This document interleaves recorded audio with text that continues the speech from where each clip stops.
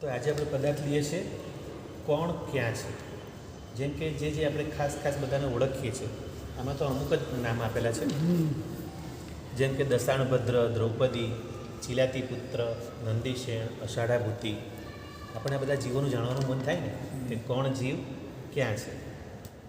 તો સૌથી પહેલાં છે દશાણભદ્ર. દશાણભદ્ર રાજાનું નામ કોઈ સાંભળ્યું છે?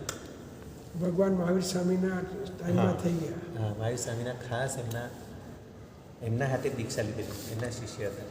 હવે એક વખત દશાણભદ્ર રાજાએ જોયું કે વીર પ્રભુ પધાર્યા છે, એટલે એમને થયું કે હું ખૂબ જ આત્યક્ષ વાર્તા સરસ રીતે સામયું કરું મારા પ્રભુનું, અને એવું કરું ને એટલે બહુ બધા રાજા ઘોડા અને હાથી ને બધું એટલું બધું સાજન માજન બધું લઈને આવે છે, અને આવીને સમસરામાં બેસે છે ને એમને એમ થાય કે આવું મારા જેવું તો કોઈએ નહીં કર્યું. એમના મનમાં એવો ભાવ થાય છે. એટલે ઇન્દ્ર મહારાજે એમના ભાવ સમજી ગયા કે એમને થોડું અહમ ચડ્યો છે, ઈગો આવી ગઈ. હા, ઈગો આવ્યો છે, હવે અહમનું કંઈક કરવું પડે. પછી ઇન્દ્ર મહારાજાએ જે સામયું કર્યું એટલું અદ્ભુત. માનો કે એમનો જે એક હાથી છે, ઐરાવણ હાથી, એ હાથી એટલો મોટો એવો વિકર્યો એમને. હવે દેવો તો બધું રૂપ લઈ શકે, તો ઐરાવણ હાથીને પણ એટલો મોટો બનાવ્યો. એના પાછા 1000 માથા હાથીના, એક માથામાં 7 સૂંઢો, એટલે પેલા દાંત આવે ને, દાંત મોટા મોટા દાંત, 7 દાંત હોય, કેવા મોટા, ચંદ્ર જેવા, બીજનો ચંદ્ર હોય ને એવા મોટા દાંત. હા, એવા દંતસૂલો. અને એ દંતસૂલોમાં પાછી એકમાં 10 વાવડીઓ. એ દાંતો કેવા મોટા હશે, એમાં વાવડીઓમાં પાછા 1000 કમળો, એક વાવડીમાં 1000 કમળો, અને એ કમળોની લાખ પાંદડીઓ. અને પછી એ પાંદડીઓ પર બધી અપ્સરાઓ નૃત્ય કરે. એવી રીતે 1000 નાટકો ચાલે એક પાંદડીઓ પર. હવે આને ગણતરી બી કરવા બેસો ને આપણે તો કેલ્ક્યુલેટરમાં આંકડો ના આવે. આટલું ઉત્તમ એમણે સામયું કર્યું ઇન્દ્ર મહારાજાએ, અને જોઈને પછી દશાણભદ્ર રાજા એકદમ ઠરી ગયા, શાંત થઈ ગયા કે હવે શું કરવું, કંઈક એવું કરવું પડશે કે ઇન્દ્ર મહારાજાને પણ હવે આનાથી ઉત્તમ મારે કરવું તો શું કરવું, કે હા હું મનુષ્ય છું, ઇન્દ્ર મહારાજા મનુષ્ય નથી, હું જે કરી શકું ઇન્દ્ર મહારાજા નહીં કરી શકે. એટલે એમણે શું કર્યું, તત્કાલ ત્યાં ઊભા થઈ, બસ મને દીક્ષા આપો પ્રભુ પાસે. ત્યારે ત્યાં દીક્ષા પંચમુષ્ટિ લોજ કરી, ત્યાં જ દીક્ષા લીધી. એટલે હવે ઇન્દ્ર મહારાજા હવે એમને વંદન કરે છે. ઇન્દ્ર મહારાજા સમજે મારે આજ તો કરવાનું હતું. અને એ દશાણભદ્રમાં પહેલું જ લખ્યું છે, મોક્ષમાં છે. દશાણભદ્ર કેવું શુદ્ધ ચારિત્ર પાડ્યું એમણે, અને સીધા દશાણભદ્ર. આપણે ભરેસરા બોલીએ છીએ ભદ્દો દસન્ન ભદ્દો ચંડો જસો ભદ્દો. તો ભદ્દો એટલે ભદ્રબાહુ સ્વામી, દસન્ન ભદ્દો એટલે દશાણભદ્ર રાજા, પ્રસન્નચંદ્ર એટલે પ્રસન્નચંદ્ર રાજર્ષિ, બરાબર. જસભદ્દો એટલે યશોભદ્ર સોરી. આ બધાના નામ છે. આપણે ભરેસરમાં શોર્ટમાં બધા નામ છે. તો આ છે દશાણભદ્ર મોક્ષમાં. તો સર જે પહેલું વીર પ્રભુજી પારણું ઘેરે પધારે એ જીરણ શેઠ. એ જીરણ શેઠ.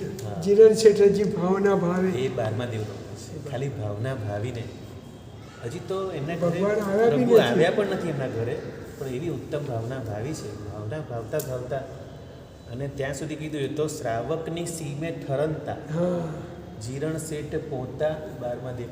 શ્રાવકની સીમે એટલે શ્રાવકનું એક લિમિટ હોય. ભાવના એટલી ઉત્તમ હતી, જો સાધુપણું હોત ને તો ત્યાં જ કેવળ જ્ઞાન થઈ ગયું કેવળ જ્ઞાન. એટલું ઉત્તમ એમને ભાવના ભાવી.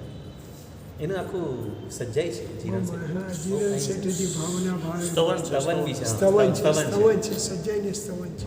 ચોમાસી પારમાં આવે પ્રભુ વીર, રોજ વિનંતી કરવા જાય છે.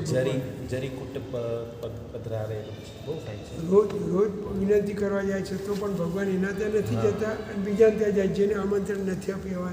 અને બીજાને ત્યાં સુપાત્રદાન એમને બીજા લાભ લે છે, પણ છતાં પણ જીરણ શેઠ એવી ભાવના ભાવે છે ને કે જેમણે સુપાત્રદાન કર્યું એના કરતાં પણ આ વધારે પહેલાંના ત્યાં તો ઓલાને જ કંઈ લાગતું બી નથી કે મારા ત્યાં ઠીક છોડાવી દીધું એમ. પણ બરાબર. તો એ 12મા દેવલોકમાં છે જીરણ શેઠ. પછી દ્રૌપદી બોલો, કોઈને ખ્યાલ છે દ્રૌપદી ક્યાં હશે? આપણે તો કાલે વાત થઈ ગઈ છે. કોને યાદ છે? મોક્ષમાં છે દ્રૌપદી 12મા દેવલોકમાં છે. હા, કાલે વાત થયેલી ને. દ્રૌપદી અને સીતા. તો સીતા અચ્યુતેન્દ્ર છે. આપણે સ્નાત્રમાં બોલીએ છીએ અચ્યુતપતિ હુકમે ધરી કળસા અરિહા અને નવરા. તો અચ્યુતપતિ એટલે અચ્યુતેન્દ્ર. તો જે આપણે સ્નાત્રમાં બોલીએ છીએ ને એ સીતાનો જીવ છે અચ્યુતેન્દ્ર. સીતેન્દ્ર નામ છે એનું, સીતેન્દ્ર. એટલે હવે પુરુષ છે, હવે એનું સ્ત્રીપણું ગયું. તો દ્રૌપદી પણ 12મા દેવલોકમાં છે, તો એ પણ દેવ છે, અને સીતા ઇન્દ્ર છે. બંને જણા 12મા દેવલોકમાં છે. પછી ચિલાતી પુત્ર છે 8મા દેવલોક. પછી નંદીશેણ મોક્ષમાં છે. આ નંદીશેણ કયા તમે જે કીધું ભગવાનના ટાઈમના. હા, રોજ 10 ને પ્રતિબોધ કરે. 10 ને પ્રતિબદ્ધ અને એવી 12.5 વર્ષ સુધી સર, એટલે સાડા 12 વર્ષ રોજના 10 ને પણ પ્રતિબોધ કરે. સિરીઝજી વિચાર કરવા જેવું છે કે દારૂના અડ્ડા પર બેસી કહેવાનું કે સિરીઝભાઈ દારૂ નહીં પીવાનું, તો સિરીઝભાઈ તરત કહે છે મુકેશ તું દારૂ પીએ છે મને ના પાડે છે પીવાનું. એવી રીતે વૈશ્યના અડ્ડા ઉપર બેસીને બધાને ભગવાન કરીને મોકલવું કેટલું હાર્ડ અને છે. આ બધાના આધાર ગ્રંથો પણ આપેલા છે, જેમ કે દશાણભદ્ર તો કે ઠાણાંક સૂત્રમાં આપેલું છે, ઠાણાંક સૂત્ર વૃત્તિ એટલે કે જે ટીકા લખી હોય એમાં. પછી દ્રૌપદી હેમવીર ચરિત્ર એ ગ્રંથ છે, એમાં લખ્યું છે દ્રૌપદી 12મા દેવલોક. રેફરન્સ પછી હેમવીર ચરિત્ર. રેફરન્સ હા રેફરન્સ હા, આ ગ્રંથોના આધાર રેફરન્સ આ Reference. ગ્રંથોમાં આપેલું છે એમ રેફરન્સ. હા, એટલે હું આધાર બોલું છું, રેફરન્સ ઇંગ્લિશ શબ્દ છે, બરાબર. પછી ચિલાતી પુત્ર 8મા દેવલોક, એ જ્ઞાતા સૂત્ર નામના ગ્રંથમાં જ્ઞાતા આપેલું છે. સૂત્ર છે, બરાબર છે. જ્ઞાતા સૂત્ર નામનો ગ્રંથ છે, એમાં આપેલું છે. પછી નંદીશેણ મોક્ષમાં છે, એ ઉપદેશ પ્રસાદ. હવે ઉપદેશ પ્રસાદના લાઈન સર બહુ બધા છે, એમાં નંદીશેણ મોક્ષમાં છે. પછી અષાઢાભૂતિ નામ સાંભળ્યું ને? કાલે મેં કીધેલું આપણે કીધેલું બહુ જોરદાર. ભરત ચક્રવર્તીનું નાટક કરે નાટક છે. કરે. અને ભરત ચક્રની જે રીતે વીટી સરીને બધું જે કેવા જ્ઞાન થયું, એમ કરતાં નાટક કરતાં એમને કેવા જ્ઞાન થયું. નાટકની અંદર ભરત ચક્રવર્તીનું નાટક કરતાં કેવા જ્ઞાન અષાઢાભૂતિ. તો એનો પણ ગ્રંથોનો આધાર છે ઉપદેશ પ્રસાદ. ઉપદેશ પ્રસાદ. મહાવીર સ્વામી ભગવાનના શાસનમાં પણ અષાઢાભૂતિ કરી. હા, તો મહાવીર સ્વામી ભગવાનના જ એમાં છે ને, એમાં જ થયું. એમાં જ થયેલું છે.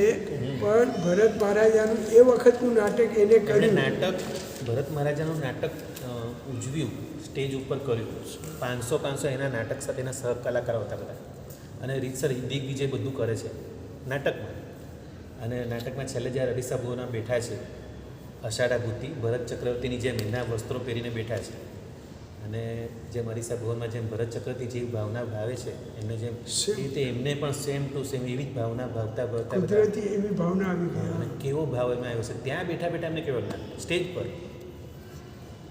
અને સાથે 500 જણને બી દીક્ષા અને આપી. બીજા 500 જણને દીક્ષા આપે છે બધા જ. હવે સ્ટેજ પર કેવડી બેઠા છે તો પેલા 500 જણ આવે થોડું મૂકે, ત્યાં જ દીક્ષા લઈને. તો એ પણ મોક્ષમાં છે અષાઢાભૂતિ. હા, ભાવુક કેવા કેવા હશે. કેટલા લઘુકર્મી આત્મા હશે, કેટલા અને લઘુ. એવા પાત્રો છે ને આપણા સંસ્થામાં તો એવા થઈ ગયા છે. તમે હજી પૃથ્વીચંદ્ર ગુણસાગરની હજી વાત સાંભળી નથી. એ વાત સાંભળી હોય ને, પૃથ્વીચંદ્ર અને ગુણસાગર એ તમે બે લખેલું મિત્રોની ગ્રંથ વાર્તા. બહુ એ મસ્ત આપણે ક્યારેક એ ટોપિક લઈશું, બહુ ફાઇન છે, એટલો જબરજસ્ત છે. હા, એ પછી હા, પૃથ્વીચંદ્ર અને ગુણસાગર એમના બી કંઈ 9 ભવોની કંઈક વાત છે, 8-9 ભવોની વાત છે. પછી અષાઢાભૂતિ પછી છે આર્દ્રકુમાર. આર્દ્રકુમારનું નામ સાંભળ્યું છે? અભયકુમારના મિત્ર અનાર્ય દેશમાં હતા. અનાર્ય દેશમાં હતા, પણ અભયકુમારે એવી મિત્રતા નિભાવી કે ભગવાનની પ્રતિમા મોકલી અને એમને જૈન ધર્મ ભમાડ્યો.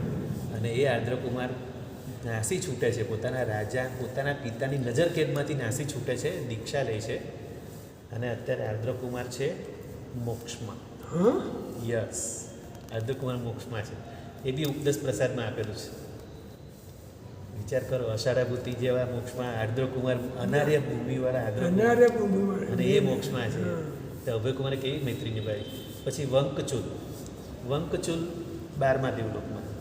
પેલી 4 નિયમો પડેલા ને, કાગડાનું કાગડાનું માંસ નહીં માંસ, ખાવાનું, પછી હા. તલવાર, રાજાની સ્ત્રીને હા, હા, રાઈટ, અને બરાબર છે. તલવાર કોઈને પણ ઉપર 7 ડગલા પાછળ સાત ચાલીને, હા, એ વંકચુલ. તો એ વંકચુલ છે 12મા દેવલોકમાં. એ બી ઉપદેશ પ્રસાદમાં જ આપેલું છે. રોહિણીય ચોર એ પહેલા દેવલોકમાં છે. એમને પણ પ્રભુ પાસે દીક્ષા લીધી છે. મહાવીર સ્વામી ભગવાને, હા, મહાવીર સ્વામી ભગવાને 4 વર્ણના લોકોને દીક્ષા આપી છે. ક્ષત્રિય, બ્રાહ્મણ, વેપારી અને શૂદ્ર. 4 વર્ણના બધાને પ્રભુએ દીક્ષા આપી છે. એટલે સર પહેલા વસ્તી વધારે હોતી બધા ક્ષેત્રમાં હા, એટલે એવું જ છે કે જૈન શાસનને માનનારા બધા વધારે હતા. એટલે બધા ક્ષત્રિય પણ માને, બ્રાહ્મણો પણ માને કે જો ને 11 ગંધર્વ બ્રાહ્મણો જ હતા. બરાબર. આ રોહિણી વગેરે ચોર ક્ષુદ્ર હતા. પછી તીર્થંકરોવાળા ક્ષત્રિય હતા. હા, પછી રાજાનો જમાઈ તો મેતારજ મુનિ. મેતારે મુનિ ચાંડલપુરમાં જન્મેલા હતા, પણ મેતારજ મુનિ પણ મોક્ષે ગયા. શું જોરદાર પણ મેતારજ મુનિ એ પણ મોક્ષે ગયા છે. એટલે કર્મથી ભગવાને આ કર્મની થિયરી સમજાય આપણને. મહાવીર ભગવાને કર્મથી તમે મહાન બની શકો. કુળ કોઈ પણ હોય, તમે કર્મ સારા કરો, કર્મથી મહાન બનાય. એ હમણાં પેલું પાવાગઢનું છે તો ત્યારે પેલા કોઈક એક જણે કહેલું ને અમે ક્ષત્રિય છીએ પણ અમે જૈન ના જ છીએ, હા. તમને જરૂર હોય તો તમે અમને કહેજો, અમે બધા આવી જશું. હા હા, એ જ છે. આપણે બધા આગળ બધા જૈનો જ હતા. અત્યારે બધા ઘણા બધાનું હમણાં છે ને વચ્ચે મેં એક સાંભળ્યું, કોઈ મારા સાહેબનું હમણાં સાંભળ્યું, વિડીયો જ જોયો કે આ મુકેશ અંબાણી છે ને એની આ લગભગ 5મી કે 7મી પેઢી ઉપર જાઓ ને તો જૈનો જ હતા આપણે. ઓ ધીરુભાઈ મુકેશ અંબાણીએ અંબાણી. હા, ક્યાંક ધીરુભાઈ તો બી અંબાણી. પ્રતિષ્ઠા કરાવેલી છે ત્યાં આખો મને બતાવ્યું છે એક ભગવાનની 5-7 પ્રતિષ્ઠા. પેઢી આગળ બધા જૈન જ નહીં હતા. નહીં, ધીરુભાઈ અંબાણી તો હમણાં થઈ ગયા, એને પોતે કરાવેલી છે હા, પ્રતિષ્ઠા. પણ અસલ બી લોકો જૈન જ હતા, શ્રાવક હતા. એમાંથી એ લોકોએ પછી જ્યારે અઘરું લાગ્યું ને વ્રતોનું બધું, એટલે પછી એ લોકો બદલાયા. એટલે ભોગ સુખોમાં વધારે પડ્યા, એમાં પછી જૈન ધર્મ છોડ્યો છે. આવું થયું છે. 5-6 પેઢી પછી બદલાયા હતા. એ બી હમણાં માણસને મોડે હમણાં છે આ વિડીયો જોયું છે. હવે હમણાં બી પેલું કોલ્હાપુર, કરાડ, સાતારા આ જગ્યાએ ગુરુ ભગવંતના વિચરણ નથી, બધા જૈનો છે પણ એમને ખબર નહીં ઘરમાં આખી મરાઠી બોલતા થઈ ગયા. સરાગ ભૂમિ આખી જૈન છે. કઈ? સરાગ ભૂમિ. હા, સરાક. એ સરાક એ શ્રાવક જ શબ્દ છે. શ્રાવકમાંથી સરાક થયો. હા, તે બધા પર્યુષણ કરવા જાય છે બધા, ત્યાં બધા મોકલી પર્યુષણ. પછી આવે છે ધન્વંતરી વૈદ. બોલો, તમને કોઈને આઈડિયા છે ધન્વંતરી વૈદ ક્યાં હશે? બોલો. સાતમી નારક ગઈકાલે આપણે થઈ હા, આપણે વાત થઈ. આ તો છોકરાને બધું બિલકુલ હા, ખબર એટલે જ નહીં. એમને એટલે જ. તો ધન્વંતરી વૈદ નામ કેવું લાગે? ધન્વંતરી વૈદ. હા, વૈદનું કામ તો કેવું સારું હોય. 7મી નરકે ગયા છે. એ બી ઉપદેશ પ્રસાદમાં આપેલું છે. હવે એનો આપણે પદાર્થ જોવો પડશે, શોધવો પડશે ક્યાંકથી. પછી સત્યકી વિદ્યાધર. ઇન્ડિયાની બહુ મોટી આયુર્વેદિક સંસ્થા છે. હા, એ ધન્વંતરી નામની છે. હા જામનગર. હા દેવી તરીકે. હા, એ ધન્વંતરી દેવી તરીકે, પણ આમાં આ વૈદનું નામ છે ધન્વંતરી વૈદ, એવું નામ છે. પછી સત્યકી વિદ્યાધર. સત્યકી વિદ્યાધર પણ નરકમાં છે. વિદ્યાધર એટલે વૈદ્યાઢ્ય પર્વત ઉપર રહેતા ને એ લોકોને વિદ્યાધર કહે. પણ એ હાલ હયાત છે એટલે વૈદ્યાધ્ય પર્વત એમ? હા, અત્યારે છે. છે. અત્યારે બી છે વૈદ્યાઢ્ય પર્વત. અત્યારે વૈદ્યાઢ્ય પર્વત તો અત્યારે બી મનુષ્ય છે, ત્યાં બી કર્મભૂમિ જ છે. આપણી જેમ કર્મભૂમિ જ છે. એટલે એ ભરત ક્ષેત્રમાં આવ્યું કે એક્ઝેક્ટ કઈ? ભરત ક્ષેત્રમાં જ વચ્ચે વૈદ્યાઢ્ય પર્વત છે. આપણા ભરત ક્ષેત્રમાં વચ્ચે વૈદ્યાઢ્ય પર્વત છે. બરાબર. ભરતના 2 પીસ કરે છે વૈદ્યાઢ્ય પર્વત. પછી ગંગા અને સિંધુથી પાછા બીજા 2ના 3 ભાગ પડે, એ રીતે 6 ખંડ પડે છે. પછી ભુવન અલંકાર હાથી. આ લગભગ રામાયણમાં આવે છે. ભુવન અલંકાર નામનો હાથી એ 5મા દેવલોકમાં છે. હાથી 5મા દેવલોકમાં છે. વ્રત પાડીને 5મા દેવલોકમાં ગયા છે. કૈકેયી આપણે લખ્યું છે ને આમાં કૈકેયી. બોલો છોકરા, તમને શું લાગે કૈકેયી ક્યાં હશે? અંદાજ? દેવલોક. મોક્ષમાં છે. કૈકેયી દીક્ષા લીધી છે અને પ્રાયશ્ચિત કર્યું છે. પોતાના કર્મોને પ્રાયશ્ચિત કર્યું છે અને દીક્ષા લીધી છે અને મોક્ષમાં છે. એ જૈન રામાયણ. આ બધા જૈન રામાયણ. ભુવન અલંકાર હાથીથી ચાલુ થયું. આ બધું જૈન રામાયણ ગ્રંથમાં છે. પછી છે ભામંડળ. ભામંડળ ઓળખો તમે? ભામંડળ કોણ? સીતાનો ભાઈ. સીતાનો ભાઈ. સીતાનો ભાઈ ભામંડળ. એ અત્યારે દેવકુરુમાં છે. ઉત્તર કુરુ અને દેવકુરુ જે યુગલિક ક્ષેત્ર છે દેવકુરુમાં, ત્યાં એનું 3 પલ્યોપમની આયુષ્ય છે અને શરીર એટલું ઊંચું છે. 3 ગાવ ઊંચું શરીર છે. 3 ગાવ એટલે એપ્રોક્સિમેટલી 12 કિલોમીટર. હા, બહુ ઊંચું શરીર. એટલે એ યુગલિકોએ સૌથી મોટું ઉત્તર કુરુ દેવકુરુ. એ પહેલાં ત્યાં પહેલો આરો જેવો જ ચાલે. પહેલો આરો જેવો સમય ચાલે કાયમ માટે. પછી લવકુશ. સીતાના તો છોકરા, રામના છોકરા. રામના છોકરા લવકુશ. એ લોકોએ દીક્ષા લીધી છે અને મોક્ષમાં ગયા છે. આપણે સિદ્ધાચલજી ઉપર, શત્રુંજય પર એમની લવકુશની પ્રતિમા અને બધી છે. પછી હનુમાન. મોક્ષ. હનુમાન તમે મોક્ષમાં કીધેલું. છે. હા, હનુમાન મોક્ષમાં છે. હનુમાને દીક્ષા લીધી ને. હા, કાલે જ મેં વાંચ્યું 63માં. મેરુ પર્વત ઉપર શાશ્વતા જીનાલયની દર્શન કરવા જાય છે હનુમાન.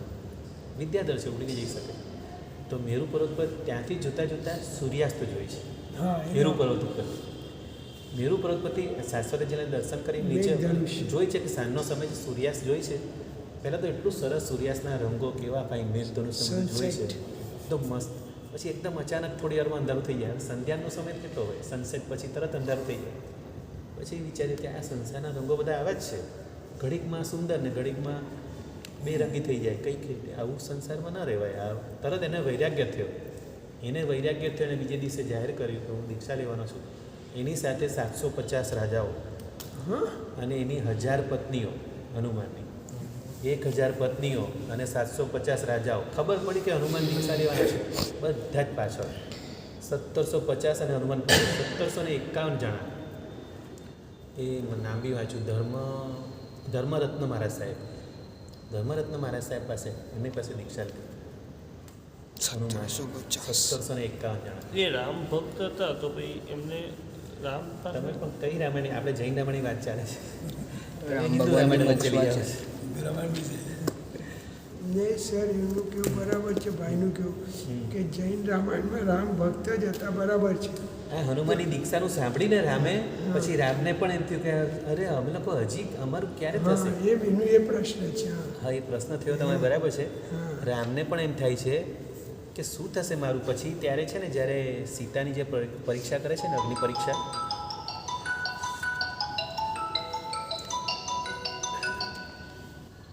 સીતાની અગ્નિ પરીક્ષા કરે છે ને, ત્યારે બીજી વાર પાછી આ લવકુશને આવ્યા પછીની બી વાત છે, ત્યારે બી પાછી અગ્નિ પરીક્ષા થાય છે. ત્યારે એ તો સીતા તો પાસ થઈ ગઈ. એ જ સમયે એક શું નામ હતું મુનિનું નામ ભૂલી ગયો, જય કુંજર કેવા મુનિનું નામ, જયભૂષણ મુનિને ત્યારે કેવળ જ્ઞાન થાય છે. એ જ ત્યાં નજીકમાં જે પર્વતો છે ત્યાં, અને વિદ્યાર્થીઓ બધા દેવો આવીને બધું એમને ઉજવે છે કેવળ જ્ઞાન થયું એટલે. સામાન્ય મુનિ છે એટલે તીર્થંકર નથી, પણ કેવળ જ્ઞાન થાય છે. અને આ બાજુ સીતાની પરીક્ષા પતી અને પછી સીતા તરત જ હવે કે મારે હવે દીક્ષા લેવી છે, વૈરાગ્ય લેવાનું થાય. આ બાજુ રામ તો એકદમ બેહોશ પડી જાય છે, બેહોશ થઈ જાય છે. પછી એ લોકો બધા જાય છે, જાણ્યું કે હવે અહીંયા લક્ષ્મણ બી સમજાય છે ત્યારે તો એમને, એટલે કહે છે કે હવે કંઈ નહીં, હવે સીતાએ દીક્ષા લીધી છે, હવે આપણે ત્યાં જઈએ. અને દીક્ષા એની પાસે જે પેલો જયભૂષણ મુનિ જે કેવળ જ્ઞાન થયું ને, ત્યાં જઈને સીતા એમની પાસે જઈને દીક્ષા લે છે. હવે આ બાજુ રામ વગેરે બધા જઈને પૂછે છે કે કેવડી ભગવાન છે, કેવડી ભગવાન પાસે જઈને પૂછે છે. રામ પૂછે છે કે તો પછી હું ભવી છું કે અભવી. પહેલાં તો પ્રશ્ન રામ આવો પૂછે છે કે હું ભવી છું કે અભવી. કેવળ જ્ઞાન કેવડી ભગવાન સામે બેઠા છે. પછી એમને કહે છે કે તમે ભવી તો છો, પણ તમે ચરમ શરીરી છો, તમે આ ભવે જ મોક્ષે જવાના છો. રામ કહે છે કેવી રીતે, મને આટલો બધો મારા લક્ષ્મણ પર, મારા નાના ભાઈ પર મને આટલો બધો રાગ છે, હું કેવી રીતે મારું કેવી રીતે કહેવાય, હું કેવી રીતે મોક્ષે જઈશ. રામને પોતાને વિશ્વાસ નથી આવતો. એને ખબર છે કે મને કેટલો રાગ છે મારા ભાઈ પર, હું મારા ભાઈ વગર એક મિનિટ નથી રહી શકતો, એક ક્ષણ નથી રહી શકતો. તો આવી રીતનો પ્રશ્ન કરે છે. અને પછી જ્યારે જાણ્યું કે હનુમાનને કઈ રીતે વૈરાગ્ય થયો અને દીક્ષા લીધી, એટલે રામ એમ કહે છે અરે આ અમારા આ બધા માણસો પણ નીકળી રહ્યા છે, અમારાથી નાના બધા નીકળી રહ્યા છે, એટલે જે હું બેઠો છું સંસારમાં. આવો વૈરાગ્ય રામને થાય છે. આ તમે જે કીધું ને પ્રશ્ન થયો ને, હા, હવે એટલે હા, તમે કીધું ને કે રામના ભક્ત એવું કંઈ નથી. લવકુશો પણ પહેલાં દીક્ષા લીધી છે. રામ કરતાં પહેલાં લવકુશે દીક્ષા લીધી છે. લક્ષ્મણના દીકરાએ પણ દીક્ષા લીધી છે.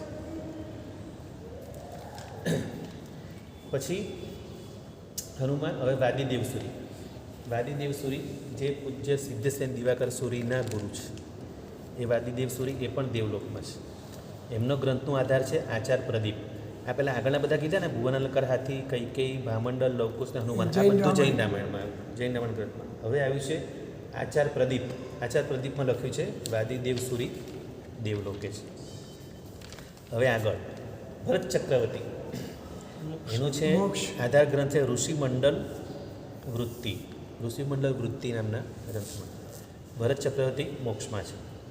મહાબલ ઋષિ 5મા દેવલોકમાં છે. એમાં પણ ઋષિમંડળ વૃત્તિના એના આધાર આપ્યું છે. હવે કલિકાલ સર્વજ્ઞ પૂજ્ય શ્રી હેમચંદ્રાચાર્ય, એ દેવલોક. બોલો ક્યાં છે? દેવલોક. 4થા દેવલોકમાં છે. અને એ વિચાર સંગ્રહ નામના ગ્રંથમાં આપેલું છે. પછી કુમારપાળ મહારાજા બોલો ક્યાં હશે? દેવલોક. હા, દેવલોક જ છે, પણ વ્યંતર. હા, વ્યંતર એટલે દેવોના 4 પ્રકાર છે: વૈમાનિક, વ્યંતર, ભુવનપતિ અને જ્યોતિષ. એમાં વ્યંતર દેવલોકમાં છે. પછી કુમારપાળ પછી તાંબલી તાપસ. તાંબલી તાપસ છે ઈશાનમાં ઇન્દ્ર. ઈશાનમાં ઇન્દ્ર બને છે તાંબલી તાપસ. એટલે ઓલા એમને ચોળીને ઓલું તપ કરેલો કંઈ હા, પાછળથી પેલું સમ્યક તો આવ્યું હતું એ 60,000 છઠના પારણે છઠ કરતા છઠના હતા. પારણે છઠ કરતા અને ખૂબ જ ઉગ્ર તપસ્યા કરતા.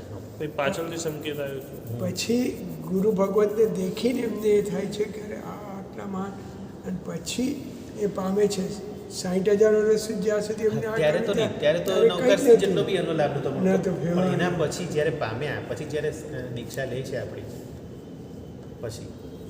પછી એ વિચારસારમાં છે. પછી ઇન્દ્રજીત. જો હવે ઇન્દ્રજીત મેઘનાથ, બોલો ક્યાં હશે ઇન્દ્રજીત ને મેઘનાથ? રાવણના પુત્રો છે બધા, મોક્ષ. અને બીજા રાવણના પુત્રો પણ એ પણ આપેલું છે 3 આ બધા મોક્ષમાં છે. ઇન્દ્રજીત એમાં દીક્ષા લીધી છે, મેઘનાથે પણ દીક્ષા લીધી છે, રાવણના પુત્રોએ પણ દીક્ષા લીધી છે. આ બધા મોક્ષમાં છે. અને રાવણનો આત્મા નરક. રાવણ તો નરકમાં છે. રાવણ અને લક્ષ્મણ અને શંબુક એ 3 ચોથી નરક. શંબુક? શંબુક એ બી રાવણના એમાં જ છે શંબુક. તો એ નરકની અંદર છે. અને એ તો પ્રસંગ મેં કીધો ને કે સિતેન્દ્ર નીચે જાય છે. ઇન્દ્ર લક્ષ્મણને ઉઠાવે છે બચાવવા માટે, ચાલ તને દેવલોકમાં લઈ જાઉં. ના સેમ પાડે આવું છે કૃષ્ણ અને બલદેવ વચ્ચે એ પણ બી આવું જ છે, સેમ જ છે. એ તે હા, બલદેવ પણ આવી રીતે નરકમાં જાય છે, કૃષ્ણને ઉઠાવવા માટે કરે છે. પછી નથી ઉઠાતા, પછી કહે છે કૃષ્ણ કે હવે એક કામ કરો, હવે આપણું થોડો પ્રચાર કરો તમે લોકોમાં. આપણું બહુ ખરાબ દેખાઈ રહ્યું છે દ્વારકા નગરીનું ને આપણું બધું આપણા વંશનું, યદુવંશ આટલું બધું ખરાબ રીતે હાલત થઈ છે, બધું બળી ગયું છે, તો આપણો પ્રચાર કરો. એ પછી પ્રચાર કરે છે બળદેવ. એટલે હવે ઇન્દ્ર બન્યા છે ને 5મા દેવ. બારમા ઇન્દ્ર નથી દેવ બન્યા, ખાલી બારમા દેવ. દેવલોકમાં જ? 5મા દેવ. બળદેવ આ પાછળ આવશે આમ.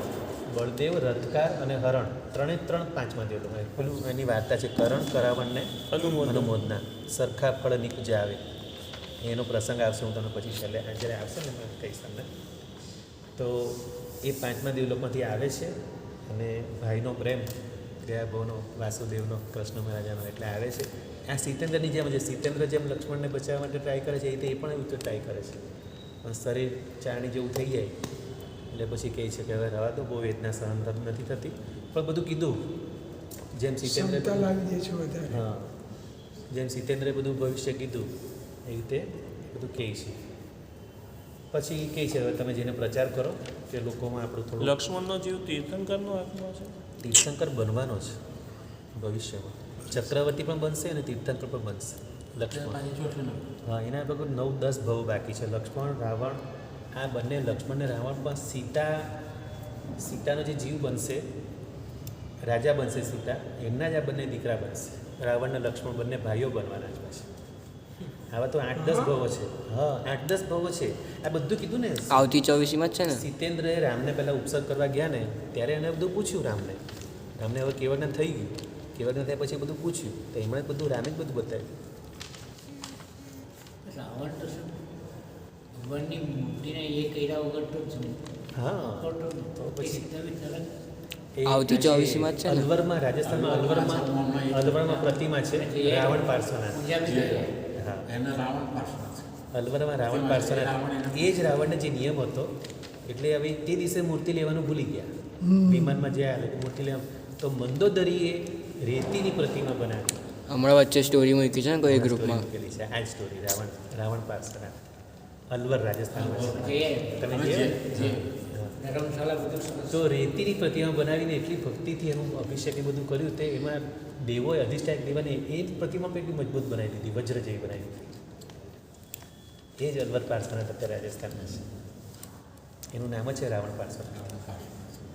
એટલે એ નિયમ હતો તો એ મૂર્તિ બનાવી, પછી એનું પૂજા બધું કર્યું અષ્ટપ્રકારિક, પછી નવકાર સેવા. તે સદાવી નરકમાં છે. હા, હવે નરકમાં તો શું હતું કે એના કર્મો પ્રતિવાસુ ના કર્મો નહીં, એમને જે નિયાણું કરીને આવે ને પ્રતિવાસુદેવ ને વાસુદેવ, એ લોકોનું ફિક્સ જ હોય. નિયાણું કરીને આવેલા, ગયા ભાવમાં નિયાણું કર્યું હોય. નિયાણું એટલે શું? ધર્મને વેચી દેવો. જેમ કે ઉત્તમ સાધના કરી ગયા ભાવમાં, આગલા ભાવમાં સાધના કરી, સાધનાની સામે એવું માગ્યું હોય કે હું આનો બદલો લેવા બનો, કે હું મારે આવું બનવું છે, મારે આ ઇન્દ્રપણું ચક્રવર્તી પણ આ બધું માંગીએ આપણે એનો લાભ એટલું તો ના પડી છે નિવાણું કરવાનું ના હા પાડી નિયાણું કરવાની ના આપણે જય છે એટલે વિરામ બોલે છે માંગવાની ના પાડી છે ને જય વિરામ બોલે છે ને માંગવાનું નહીં. જય નિયામ આજે બોલ્યા છે જય વિરામ જય વિરામ બોલે છે ને આપણે. આપણે મોર મારા સાહેબ મેં બહુ જોરદાર જય ટંડન કેમ નથી કરતા નિરાશરમાં જય ટંડન કેળા હોય છે હા. જય ટંડન અવશ્ય બરાબર છે ચેતન ભાવ તરફ પૂજા છે. જવું ના જોઈએ અને પૂજાનું મહત્વ છે સમય એટલું જય ઓછો ટંડનનું મહત્વ. માનો કે સમય ઓછો તો હરિયન ચેર તો કમસે કમ કરવું જ જોઈએ એટલું તો કરવું જ જોઈએ ઓછો સમય હોય બરાબર પછી જે આપણે કેટલા પદાર્થ લીધા આજે ઇન્દ્રજીત મેઘનાથ રાવણના પુત્ર સુધી લીધા બરાબર હવે સગરના 60,000 પુત્રો છે એ બહુ પદાર્થ સમજવા જેવો છે એને આપણે આવતીકાલે લઈશું ખાસ બહુ જાણવા જેવો છે સગરના 60,000 પુત્રો ક્યાં છે ક્યાં છે સદય ચક્રવર્તી સગર ચક્રવર્તી જેમ ભરત ચક્રવર્તી પહેલાં હતા એના પછી બીજા ચક્રવર્તી સગર ચક્રવર્તી તો સગર ચક્રવર્તીના 60,000 પુત્રો એ અત્યારે કઈ ગતિમાં છે એ ખાસ જાણવા જેવું છે તો એનો પદાર્થ આપણે કાલે લઈશું ચાલો જીનાજ્ઞા બધી બોલે રજા આવે